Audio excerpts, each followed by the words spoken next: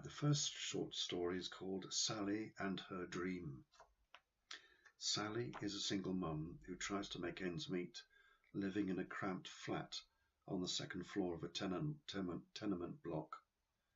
To get from ground level to her place, you have to negotiate the stairs because the lift is invariably out of order, and carrying shopping with two youngsters in tow is no joking matter.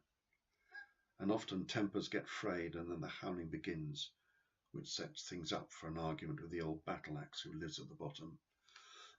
She clearly dislikes having children anywhere near her. Sally thinks she may be frigid and has therefore never had a man even kiss her. When Sally reaches the top, at least it's on the level to her front door, but she has to maneuver through all the junk people leave behind them, such as the remains of several takeaways.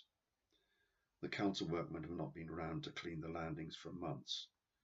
Perhaps they're afraid of being mugged or set upon by local gangs of youths, most of whom are out of work and probably unemployable anyway. They just roam the streets looking for mischief, such as a parked car waiting to be stolen, or a pile of bricks to be thrown at windows, even those behind which people are eking out a miserable existence just like them. It's dog eat dog around there. No mercy for the weak and vulnerable. If you're out on your own or with your children, you're a sitting target. That's why Sally never goes out at night. She has no social life at all. She's too afraid for her safety and that of her children when she's out. Besides, there's no one to look after them who she could trust. Even her family have all abandoned her. She's been without them for years, ever since they found out about Kevin, that wastrel, as they described him, who'd moved in with Sally. Everyone had warned her that he was up to no good, but would she listen? Nah. Well, you can rot in hell as far as we're concerned, they had told her. That was still the universal opinion of her family.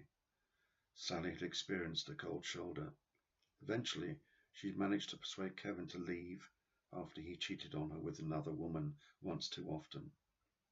She had to get the help of the police and local council, who were extremely reluctant to get involved, but somehow it all worked out.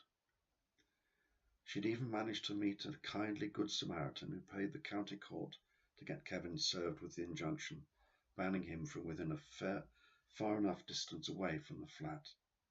From that day onwards, she had not seen any trace of Kevin. She was relieved, but very lonely. The Good Samaritan moved on and disappeared from her life. That was a few years back now. Sally's daily routine never varies. From the time she wakes up until the time she manages to get to sleep in the early hours of the following morning, it's a constant battle satisfying the needs of her children, both of whom have not yet reached school age. They always crave for her attention, and she's unable to decline their wishes ever. She's always at their beck and call. She loves them both so much. She's their mother, who protects them from the outside world, which is cruel and unyielding in its opposition to families like theirs. She's absolutely exhausted. There's no let-up in the drudge of the day. She tries not to look at herself in the mirror, because she doesn't want to be shocked by what she sees.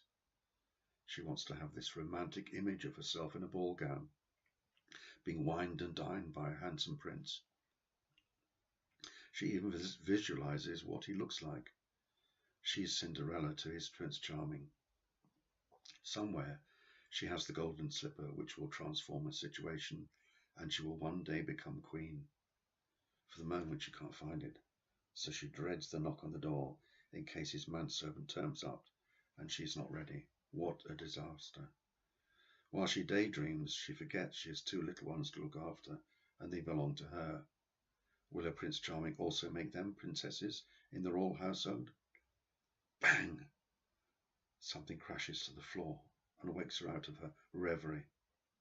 It's a saucepan full of hot boiling water she left on the stove, and one of the children has managed to grab hold of the handle and tip the whole thing up all over herself. They're screaming. Pandemonium. Sally cannot think straight, except to wrap her poor darling in a wet towel. She's not the faintest idea if she's doing the right thing. With the casualty in her arms and the other one holding her tightly and walking by her side, she grabs the keys in her purse and rushes out the door. Suddenly, in front of her stands her Prince Charming, who smiles and takes her child from her arms. "You poor thing, let me cuddle you in my arms. Now we're going to a place where you can get better." Sally wants to follow with one other little one in his wake as they appear in her imagination to glide along the passageway and then down the stairs. The lift, of course, yet again is still not working. Sally is aware that everything is happening so quickly that she can hardly catch her breath, but she inquires, "Where are we going? To the hospital?" "No, my dearest, to a much better place where you and your children can all be looked after and live in safety with me. Now come along. Look, there's the coach, all in its shining livery, waiting for us down on the pavement. The footmen are keen to get us on our way." Sally hears this enticing voice of comfort in her head, and taking her children out of the front door, she does not go down the stairwell in order to fly away from this place. She takes the direct route. She takes the direct route. Here is a woman who's trapped in circumstances which are beyond her control. She's alone and without any assistance, and so with scant resources to face the challenges that come from living where she does with a precious family of 2 little children. The authorities have all let her down. Even though these organizations employ people to work within their hierarchical structures, they come across as entities without any soul or compassion, which prevent their employees from being human beings.